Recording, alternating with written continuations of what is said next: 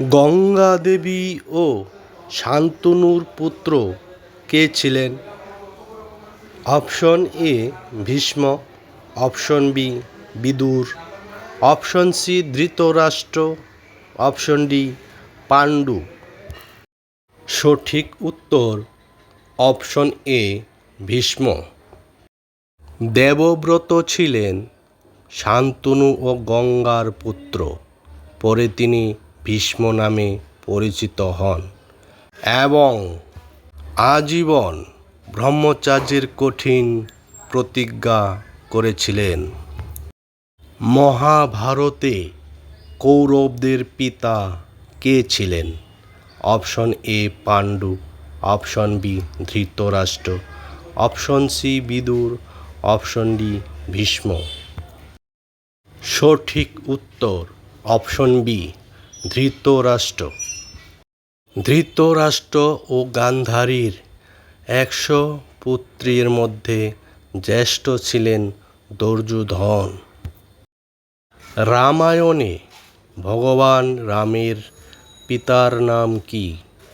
Option A Dasharath, option B Janak, option C Vishwamitra, option D Ayodhya. সঠিক উত্তর option A Dasharath. অযোধ্যার রাজা দশরথ ছিলেন ভগবান রামের পিতা। সীতার পিতা কে ছিলেন? Option A Dasharath, option B Janak, option C Vishwamitra, option D Vashishtha.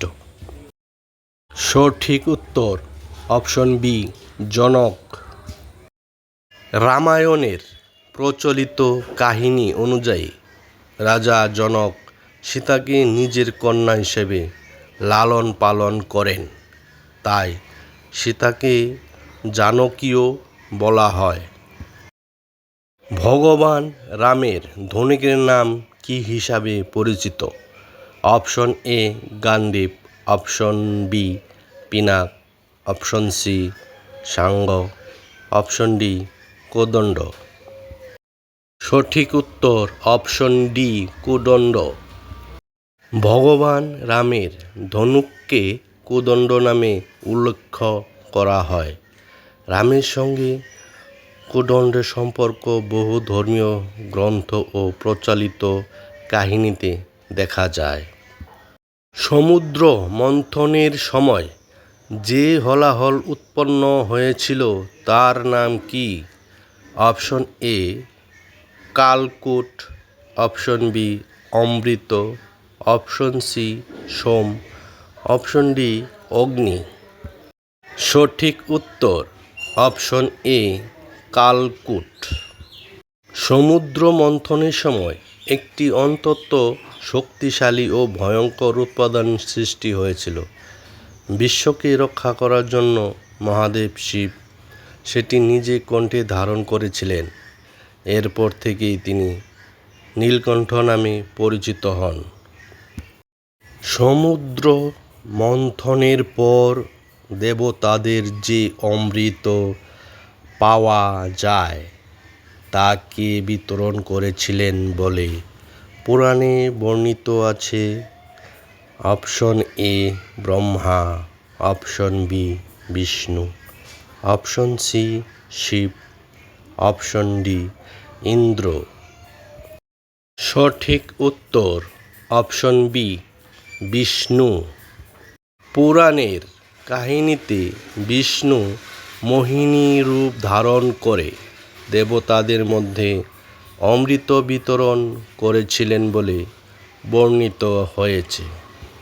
গণেশের মাথা হাতির মাথা হওয়ার কাহিনীতে হাতির মাথা কে দিয়েছিলেন বলে প্রচলিত পুরাণ কথায় বলা হয়? Option A Vishnu, option B Brahma, option C Shiva, option D Indra.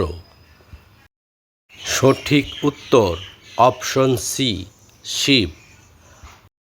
প্রচলিত পুরাণ কথা অনুযায়ী গণেশের মাথা বিচ্ছিন্ন হওয়ার পর শিব তার জন্য হাতির মাথা স্থাপন করেন?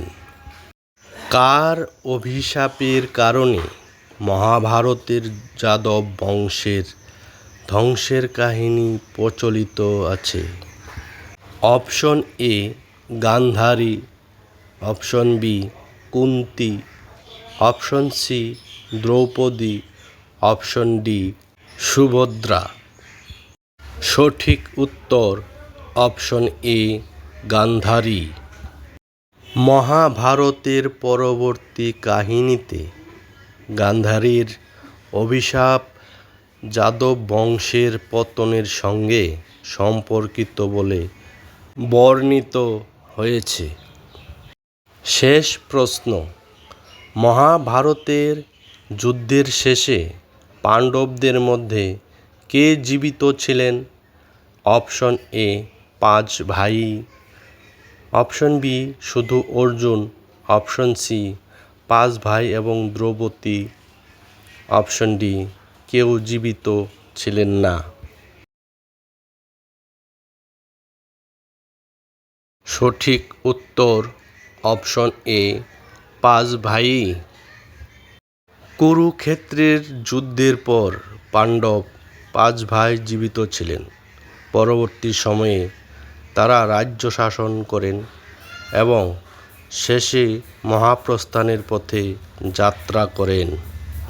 বন্ধুরা, আজকের ভিডিওটি কেমন লাগলো? 10টি প্রশ্নের মধ্যে আপনি কয়টি সঠিক উত্তর দিতে পেরেছেন? আপনার স্কোর কমেন্টে লিখে জানান।